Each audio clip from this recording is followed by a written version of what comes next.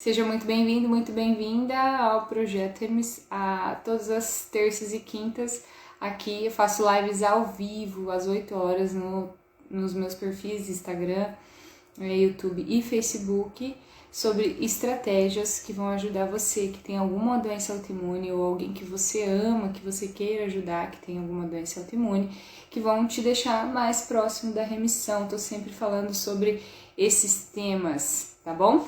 E o tema da live de hoje são alguns erros mais comuns que as pessoas cometem ao começar alguma mudança no quesito estilo de vida em busca da conquista da remissão autoimune. O primeiro erro que eu vejo, que não é propriamente um erro, mas é uma forma de pensar equivocada, é começar ontem e querer ter o resultado hoje. Né? Então eu vejo que muitas vezes, né, você aí que está me ouvindo, de repente quando você escolheu mudar e começou a fazer coisas diferentes, assumir o controle da sua saúde, né, não deixar de colocar a busca pela remissão, a busca pela sua qualidade de vida apenas no comprimido, no medicamento, né, você escolheu fazer a diferença e aí você começa a fazer as suas mudanças, né, alimentares, as mudanças no seu estilo de vida, mas você, com pouco tempo de mudança, você já quer conquistar todo o resultado que você vê outras pessoas conquistando. Né? E isso é um fato que o ser humano, né, nós, de forma geral, somos muito imediatistas, né? Nós queremos o resultado para ontem. E quando eu falo ontem, às vezes é 1 mês, 2 meses, 3 meses, né? Isso é curto prazo, é pouco tempo. Né? Então a gente começa a mudar e a gente já quer ver aquela diferença no dia seguinte. Né? E nem sempre a diferença vem no dia seguinte. Algumas mudanças de desinflamação, elas são rápidas. Né? Por exemplo, a enxaqueca, renite, sinusite, alergias de pele, insônia, má digestão, né? Sintomas gastrointestinais, muitas vezes eles são muito mais rápidos, né? Em 1 ou 2 semanas a pessoa já vê muita diferença. Mas quando a gente fala em remissão propriamente dita, em deixar a doença silenciada, adormecida, nem sempre essas mudanças vão vir em 1 ou 2 semanas. Então a pessoa acaba ficando realmente muito ansiosa por ver e muitas vezes pode acabar achando que o que ela está fazendo não está gerando o resultado que ela espera. Porque ela vai com uma expectativa, né? Ela criou a consciência, você criou a consciência da importância da mudança. E aí você começou a fazer, executar e aí você quer colher os frutos, né? Mas é importante ter essa ideia de que existe um momento de plantar e existe um momento de colher. Então, se você está plantando hoje, é importante que você tenha a paciência de esperar o momento certo para colher. Nem sempre ele vai vir no tempo que você quer. Ele vai vir, pensa, são anos e anos que uma doença autoimune leva para se manifestar. Pensa só comigo. Onde tudo começou? Esses dias eu recebi essa pergunta. Quando que isso começou? Muitas vezes isso começou do dia que você nasceu. Do dia que você nasceu, do dia que sua mãe não te amamentou por N motivos. E você já teve contato, por exemplo, com uma proteína do leite de vaca, caseína. De repente com uma fórmula infantil hidrolisada, que você tem mais capacidade, o ser humano tem mais capacidade de absorver, né, como é uma fórmula infantil, mas não era o leite da sua mãe, era o leite de vaca. Então esse foi o seu primeiro contato, ou de repente um leite de soja, uma fórmula infantil à base de leite de soja, né? Então ali começou a sua alteração da sua microbiota intestinal. Mas saber que o parto que sua mãe teve, né? Se você teve um parto cesariano em vez de um parto normal, e a sua mãe, e você teve contato, em vez de ter contato com o microbiota vaginal da sua mãe, aqueles micro-organismos da vagina da sua mãe, você teve contato com o ambiente hospitalar, os equipamentos de um ambiente hospitalar, né? Então, por isso que a gente fala hoje da importância de um parto natural, porque quando o bebê passa pelo canal vaginal, é com aquelas bactérias da mucosa vaginal que ele tem um contato. Isso vai colonizar o corpinho dele todo. Então, começa desde daí. Então, foi de repente uma infância, uma adolescência todo, de repente nem com uma alimentação totalmente industrializada como as crianças têm hoje, mas começou desde muito tempo. Então pensa desde quando você tem sintomas inespecíficos de uma doença autoimune, sintomas de uma inflamação, né, como eu venho falando aqui constantemente, né, enxaqueca, rinite, sinusite, alterações de sono, alterações de humor, compulsões alimentares, sintomas de inflamação, né? Acne, espinha, dermatites, são sintomas de inflamação. E aí, desde que isso começou a te incomodar e você começou a buscar por ajuda, né? Lembra que nós temos essas estatísticas de que uma pessoa com doença autoimune passa cerca de 5 anos procurando descobrir o que ela tem, passando por cerca de 8 profissionais diferentes, 8 médicos diferentes, até ter um diagnóstico conclusivo. Às vezes você que está me vendo aí, talvez você nem tenha um diagnóstico conclusivo. Às vezes a pessoa até suspeita do diagnóstico que foi dado para ela, de tão inconsistente que foi. E não é incompetência médica, é porque tem coisa que tem diagnóstico que é difícil mesmo de dar, é difícil mesmo de fazer. Mas as pessoas às vezes esperam que o profissional saiba tudo, né? Então existem mais de 150 doenças autoimunes. Então nem todas são fáceis de diagnosticar, nem todas têm um exame por A mais B. Então pensa, tudo isso que eu tô falando por quê? Porque tudo isso começou por quê? Porque a pessoa quer mudança, começou a mudança e quer um resultado rápido. Mas pensa desde quando tudo isso começou, né? De repente lá desde o momento da sua concepção isso começou, né? Hoje a gente já sabe que tem a programação materno-fetal, né? Que uma mãe ao engravidar, ela deve, o casal, né? Não só a mãe, deve ficar cerca de 1 ano se preparando o corpo para a concepção. De tão poderoso que isso é, da influência das tendências genéticas que esse bebê pode ter, né? Então, existem nutricionistas que trabalham só com concepção, só com infertilidade, só com essa programação que a mãe e o pai devem fazer para originar um filho, né? Para conceber um filho. Então, se você tá aí me vendo e você já começou a fazer algumas mudanças e você já começou a ver algumas coisas diferentes, né, como esses sintomas inespecíficos que eu tô falando, que bom.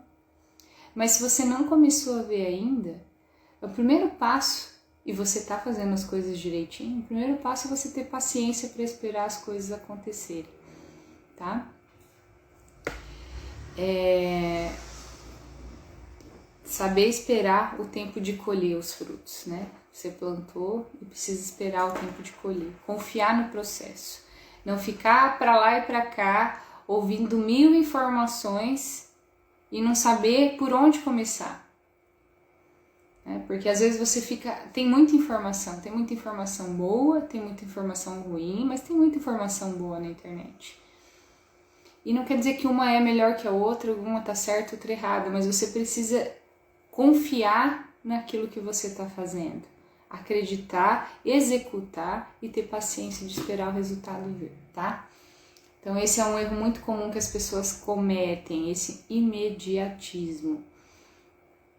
O segundo erro muito comum é querer parar de tomar o medicamento assim que começam as mudanças alimentares. Então você que está me assistindo aqui, você me vê falando algumas vezes de medicamentos, que você não deve esperar a cura, a remissão ou o controle da sua doença simplesmente depositado numa cápsula. Achar que isso é a única coisa que você tem que fazer. Você já está cansado de me ouvir falando isso aqui, né? Mas você também precisa entender que existe um momento certo de fazer essa escolha, de parar ou de diminuir uma dose. Não é simplesmente assim, estou escolhendo a busca de uma mudança alimentar, então eu vou parar com tudo que é de tradicional agora, nesse momento. Não. A ideia da mudança alimentar é você preparar o seu terreno biológico, trabalhar os passos da alimentação autoimune para que você prepare o seu corpo, para que você deixe ele com a capacidade de você retirar um medicamento ou diminuir a dose deste medicamento.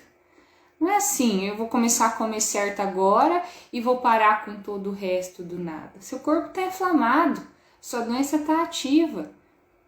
Seria irresponsabilidade minha falar para você parar com tudo isso de uma vez. Não, vamos preparar o seu corpo para que esse momento chegue. E eu quero que você acredite que esse momento pode chegar. Que você não deve esperar a mudança somente de uma cápsula. Que você pode se tornar ativo, proativo no processo da mudança. Mas que não é porque você mudou isso agora, escolheu comer limpo agora, que você vai parar de tomar todos os seus fármacos agora, né? Existe um momento certo. E você vai saber a hora de fazer isso, tá? Então, mais uma vez, tenha paciência para esperar chegar esse momento. Se você confiar no processo, estiver fazendo a sua parte, esse momento vai chegar. Esse momento vai chegar. Entenda que os medicamentos têm os seus benefícios, a gente tem que saber utilizar eles de forma consciente, né? Eu sempre falo aqui, imagine se a gente não tivesse os medicamentos. Nós precisamos deles em muitos momentos, né? Mas nós temos que fazer o uso consciente deles, né? Esse final de semana eu machuquei o meu punho fazendo um exercício de forma incorreta. Tive muita dor. Eu sofri um processo inflamatório. Inicialmente eu relutei por tomar o medicamento, mas chegou um momento que não deu para eu relutar. E aí o que eu tenho que fazer? Tudo bem, eu vou utilizar o medicamento mais fraco possível, de forma aguda, 5 a 7 dias, para me ajudar a desinflamar esse músculo, esse tendão que foi lesionado, né? Que está machucado. E concomitantemente a isso, eu vou utilizar outras técnicas para me ajudar a desinflamar, né? Eu vou ter uma alimentação anti-inflamatória, vou fazer uma fisioterapia, vou colocar uma argila, vou buscar por outras práticas que me ajudem a desinflamar. E pasme, só que nem todo mundo pensa assim, né? Eu fui na farmácia e quando a mulher falou assim, não, mas e se te der uma dor de estômago, você toma um omeprazol. Eu falei, olha só como é simples, né? Toma mais um, dois fármacos aí pra você. Não, eu não quero. Não vou tomar o outro. Vou tomar o que eu preciso e só. O momento que for necessário. E que bom que eu tenho essa possibilidade. Beleza, passou o momento, você para de tomar, né? Mas quando a gente pensa em uma doença crônica, né? O que é uma doença crônica? Ou uma doença que não tem cura, mas que tem controle, né? A gente pode usar isso, pensar dessa mesma forma. O que eu vou fazer além de pensar no medicamento, né? Um outro erro bem comum é achar que doença autoimune é só tirar glúten, ou só tirar glúten e laticínios. É uma dúvida bem comum que aparece. Eu já tirei glúten e leite por 30 dias e eu não senti diferença. Não senti diferença. É importante você ter em mente que glúten e laticínio, né, farinha de trigo e laticínio, são 2 alimentos, sim, que nosso corpo não tem facilidade de entender como um alimento. São 2 proteínas com uma molécula muito grande, em que nós não temos enzimas digestivas suficientes para quebrá-lo, deixá-lo de um tamanho pequenininho que o nosso intestino tem capacidade de absorver corretamente. Concomitantemente a isso, ele ajuda a quebrar as junções intestinais. A caseína, o glúten, ajuda a quebrar as junções intestinais, contribuindo para esses buracos intestinais. Então, além dele contribuir para os buracos intestinais, ele é de um tamanho grande porque a gente não tem enzima para ele. Então, ele é grandão e ele consegue passar por um buraco que ele mesmo ajudou a cavar. Então, de fato, são 2 alimentos que você deve pensar em retirar quando você pensa em remissão. Mas se isso não está sendo suficiente, esse primeiro passo que você deu, é importante você buscar por outras alternativas, por outras formas complementares, e está muito além disso. Pode ser que para você, para uma pessoa, só isso seja o suficiente, mas na grande parte das vezes não, tá?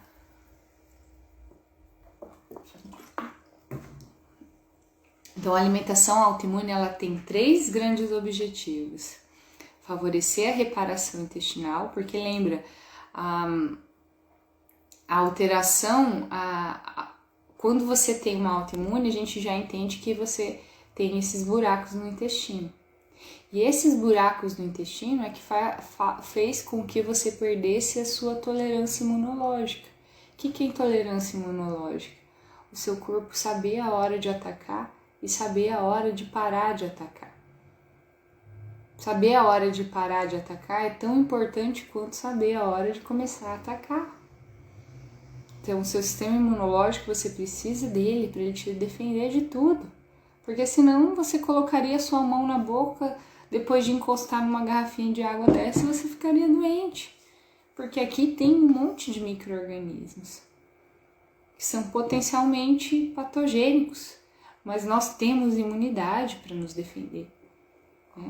Um bebezinho de 3 meses, Quando você tem um bebezinho desse em casa, você não tem que ferver tudo que vai utilizar com ele. Por quê? Porque a imunidade dele ainda está sendo formada. Ele não tem a mesma capacidade que nós temos de nos defender dessas coisinhas do dia a dia. Eu colocar minha mão na boca e não ficar doente, porque ela tá com muito micro-organismo aqui. Então, quando você perde a tolerância imunológica, o seu corpo não sabe a hora de parar de atacar. E ele ataca o que precisa ser atacado e o que não precisa ser atacado também, que é suas células saudáveis, causando dano nas suas células, danos nos seus tecidos e, consequentemente, danos nos seus órgãos, gerando uma autoimune naquele órgão, Então, é importante primeiro buscar o restabelecimento dessa saúde intestinal. Segundo passo, diminuir as respostas imunológicas normais, que são justamente essa perda da tolerância imunológica. E o terceiro passo, o controle inflamatório, que nada mais é que uma consequência dos 2 primeiros. Então, você tem um intestino esburacado, perdeu a tolerância imunológica, isso gera um processo inflamatório no seu corpo. Por isso que pensar, Thales, que alimento é inflamatório ou que alimento é anti-inflamatório, é uma forma de pensar muito pequena, muito rasa de pensar. Às vezes a pessoa quer essa resposta assim, quais alimentos são inflamatórios e quais são anti-inflamatórios? Calma, não é assim. O buraco é mais embaixo, a gente precisa pensar no todo.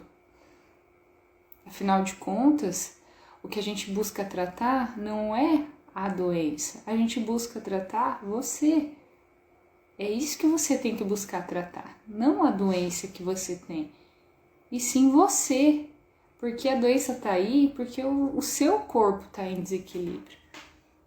Ele encontrou espaço para isso. Então, a pergunta não é o que eu como para minha psoríase, o que eu não como para o meu hipotireoidismo, o que eu como para diminuir a dor da minha artrite reumatoide, que suplemento eu devo tomar para vitiligo, para doença de Crohn. Vocês entendem que esse tipo de pergunta, eu entendo que vocês tenham essas dúvidas, tá? Afinal de contas, vocês estão aqui para aprender, né? Mas pensar assim é realmente pensar de uma forma muito rasa sobre o problema. Então vamos pensar, independente do nome da doença que você tem, vamos pensar em tratar o seu corpo, busque tratar os seus desequilíbrios. Porque o nome que a doença tem é simplesmente um nome, por conta do local que ela se manifestou. Mas o problema está no todo, então vamos buscar colocar o seu corpo em equilíbrio novamente, para que o todo funcione de forma equilibrada e você não tenha mecanismos para deixar a doença se manifestar, deixar ela ativa, tá?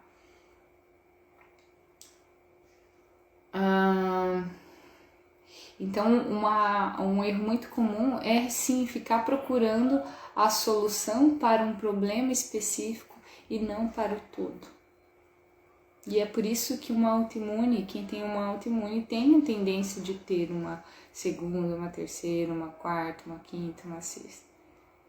Porque o problema está no todo e não no órgão em qual ela se manifesta. Então, se a gente quer inativar uma doença, a gente precisa cuidar do todo, porque o desequilíbrio está no todo. A gente precisa pensar no macro e não no micro. Senão a gente vai agir igual à medicina tradicional, tratando o sintoma e não tratando a causa. E a gente precisa pensar diferente disso. Vamos tratar o todo para a gente agir na causa e não no sintoma, tá?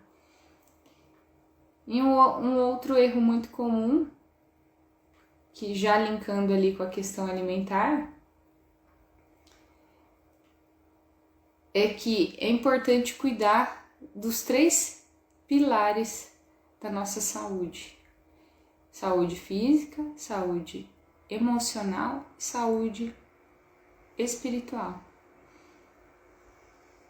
Se qualquer um desses pilares durante esse processo se desequilibra, o todo vai cair. Porque nós somos formados por esses 3. E pode ser que você tenha um desses 3 mais forte ou mais fraco. De repente, você é uma pessoa que tem uma espiritualidade sensacional. É a sua espiritualidade, a sua fé que te sustenta na vida. Porque às vezes o seu físico tá ruim. Sua alimentação tá terrível.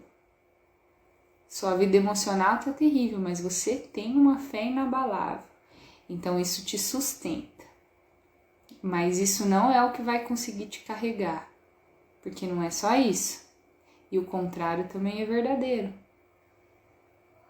Às vezes você tem um físico impecável, você cuida da questão alimentar, você cuida do físico, você investe no físico, mas você não investe no emocional ou você não investe no espiritual.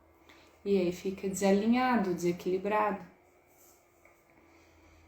Não é que não dá para melhorar assim, mas é como se uma coisa estivesse te puxando para baixo. E entenda a espiritualidade, quando eu falo espiritualidade, não em religiosidade.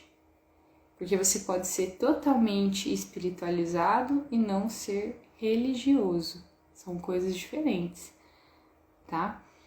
Então, importante você anotar lá, pensar, refletir o que dentro da minha vida está desequilibrado. Qual desses pilares eu preciso buscar fortalecer na minha rotina, tá? Preciso fortalecer o físico, melhorar minha nutrição, me exercitar, ou quem sabe a minha parte emocional esteja mais abalada, eu sou estressada, eu sou raivosa, eu deixo as coisas me atingirem, ou eu acho que eu sou forte demais e que eu tenho que segurar tudo que chega até mim, que eu tenho que engolir o choro, que eu não posso ter momentos de fraqueza, né? Também tem isso, tem os dois extremos. Buscar ajuda para melhorar nesse aspecto, né? Ou você também pode ser uma pessoa que tem essas duas coisas, mas você não pensa em algo maior, né? E pensar em algo maior é importante. Porque nós somos muito pequenos diante do poder do universo, da grandiosidade do universo. Nós somos o cocô do cavalo do bandido, nós somos um grão de areia no oceano. Nós somos muito insignificantes perante a grandiosidade do todo. Tem uma série que, se você não quiser assistir, eu vou falar pelo menos para você assistir o primeiro capítulo dessa série, que se chama Cronos. Ele dá uma ideia sobre a dimensão do espaço e do universo. Caramba, você começa a pensar que você realmente é muito pequeno. E como que às vezes a gente acha que tudo gira à nossa volta. E como a gente é tão pequeno, né? Então, anota aí, eu aconselho você assistir o primeiro capítulo para você ter uma noção, né? Às vezes a gente tem a noção, mas é legal ver a imagem ali de como a gente é pequeno perante a grandiosidade.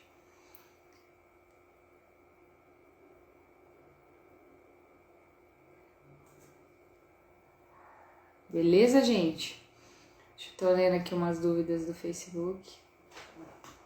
Rosane, tenho muita dificuldade em tomar remédios. Chego a achar que deve ser alguma fobia. Remédios do seu uso contínuo ou do uso esporádico? Rita de Cássia, estou tirando os alimentos inflamatórios. Estou de dieta há 2 meses tomando Infliximab. Desde maio meu VHS não mexe. Tenho fibromialgia também. Nos últimos dias estou com dor de cabeça. Será enxaqueca? Rita, é justamente isso que eu tô falando, né? Às vezes 2 meses para você é muito tempo, mas pensa como é 2 meses para você perante ao tempo que você tem uma autoimune ou durante o tempo que você está desenvolvendo essa autoimune. Então é pouco tempo, né? E mais importante do que observar os sintomas, as mudanças nos parâmetros bioquímicos, é observar as mudanças em como você se sente. Às vezes você não vê tanta mudança nos parâmetros bioquímicos, mas você se sente melhor. Dor de cabeça pode ser muita coisa. Pode ser... A primeira coisa que a gente pensa é desidratação, então pense se você está tomando 35 ml por quilo de peso, né? Se você está tomando 35 ml de água.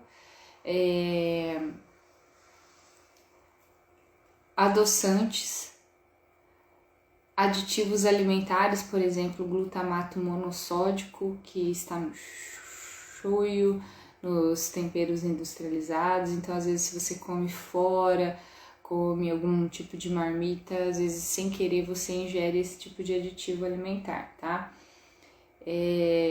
Algumas frutas, se sua alimentação tá super limpa e você ainda tem enxaqueca, é importante começar a pensar em frutas cítricas, tá? Por exemplo, laranja, mexerica, pode ser desencadeador de enxaqueca. Se você limpou toda a alimentação, esse é o próximo grupo alimentar que eu pensaria em fazer o teste, tá? Tá tomando água, tirou glúten, tirou laticínio, tirou açúcar, né? Tá tudo bonitinho, não tá comendo industrializado. Aí a gente pensaria nos cítricos, tá? Seria a última alternativa. Rosane, uso esporádico, fico adiando.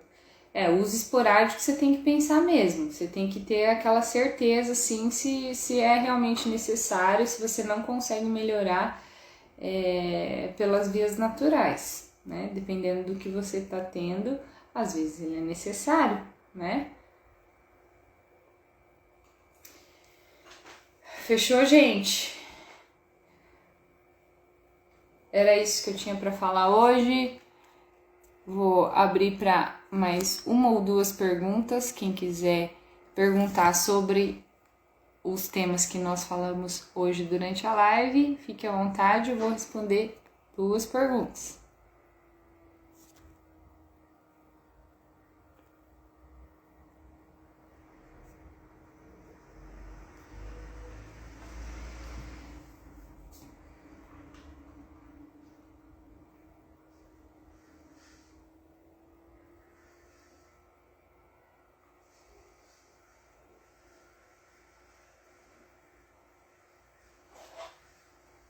Hoje o pessoal tá sem pergunta.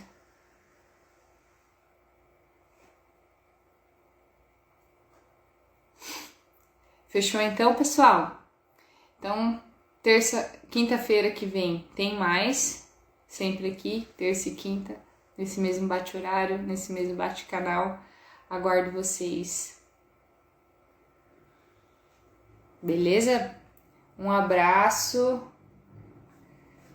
A Heloísa perguntou quais são as frutas ou os alimentos que não podem ser consumidos por quem é portadora de artrite reumatoide. Elo, você é aluna do curso? Eu acho que você é aluna do curso, não é? Responde aí pra mim, só pra eu tirar essa dúvida. Mas já vou engatando no que eu tava falando aqui antes. Pense que o problema está no todo e não especificamente na artrite reumatoide. Nós vamos precisar pensar no todo e não que alimento é bom, que fruta não é boa para artrite reumatoide, tá? Dentro do curso, eu acho que você é aluno do curso, eu falo sobre as lectinas, que são algumas verduras e algumas frutas que contêm semente, que contribuem para a desbiose intestinal. Então, lá na aula 5 eu falo sobre as lectinas, né, que está presente na berinjela, no pepino, no tomate, nas abóboras, né, é esses alimentos aí que você tem que ter cuidado na fase de exclusão, tá? E depois você pode começar com a fase da reintrodução, tá? Mas via de regra, assim, esses aí que você precisa tomar cuidado, principalmente o tomate, tá? Para quem tem artrite reumatoide, precisa ser tomate e pimentas, né? Pimentão, pimenta de forma geral, pimentas vermelhas. Fechou? Era isso, aguardo vocês na quinta-feira que vem, nesse mesmo horário. Sempre que vocês quiserem, comentem, mandem direct, que eu aceito sugestões aí de temas. Elogios, críticas estão sempre abertos. Tá bom? Um grande abraço, fiquem com Deus, ótimo restinho de